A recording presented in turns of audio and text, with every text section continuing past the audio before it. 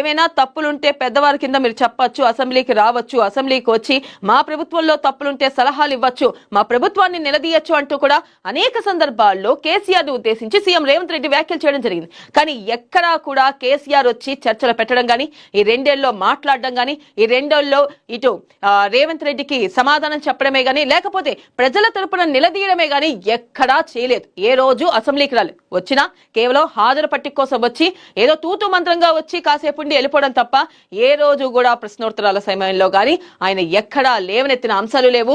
ఆయన తరపున కొడుకు అల్లుడు రావడం తప్ప ఎక్కడా కూడా కేసీఆర్ బయటకు వచ్చి మాట్లాడింది ఇంతవరకు లేదు. మనం ఇక్కడ చూసుకున్నట్టయితే గనక క్లారిటీగా కూడా ఆయన కొన్ని వ్యాఖ్యలు చేయడం జరిగింది. గట్టిగా నిలదీశారు ఇటు సీఎం రేవంత్ రెడ్డి కేసీఆర్ ని. ఒకటే అంటున్నారు, ఏమని అంటే కేసీఆర్ అసెంబ్లీకి రా. ఎప్పుడు ఈ రెండేళ్లలో చెప్పిన మాటే మరొకసారి కూడా చెప్పారు, కేసీఆర్ అసెంబ్లీకి రా, చర్చించుకుందాం.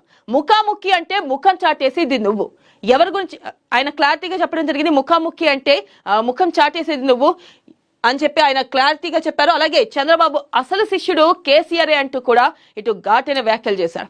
అలాగే మనం చూసుకున్నట్టయితే ఆయన కొన్ని అంశాలు లేవనెత్తారు. 3 జిల్లాలకు మరణ శాసనం రాసిందంటే కేసీఆర్. ఇటు 10 ఏళ్ల కేసీఆర్ పాలనలో ఒక్క ప్రాజెక్ట్ కూడా పూర్తి కాలేదు. కొడుకు అల్లుడు కొట్టుకుంటున్నాడు కాబట్టి కేసీఆర్ బయటకు వచ్చాడు. ఇక్కడ ఆయన మరొక అంశం లేవనెత్తారు. కొడుకు అల్లుడు కేసీఆర్ చావు కోరుకుంటున్నారని, కేసీఆర్ చావు కోరుకుంటున్నారంటూ కూడా ఆయన కొన్ని వ్యాఖ్యలు చేయడం జరిగింది.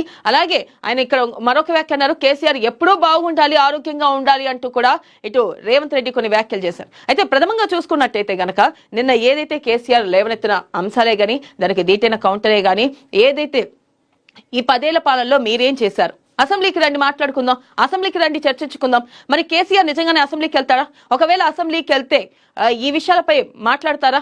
మరి లేదా ఏదో మరొకసారి వెళ్ళేసి అలా ఏదో హాజరేయించుకుని వచ్చేస్తారా? అయితే ఇక్కడ ప్రథమంగా ఆలోచించాల్సిన మరొక అంశం ఏంటంటే, ముఖాముఖి చర్చ అంటే ముఖం చాటేస్తారు కేసీఆర్. కరెక్టే.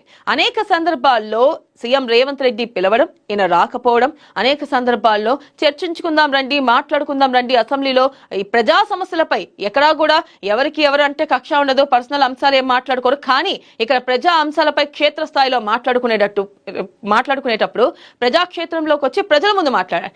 ఎక్కడా కూడా కేసీఆర్ ఆ వైఖరి ప్రదర్శించారు.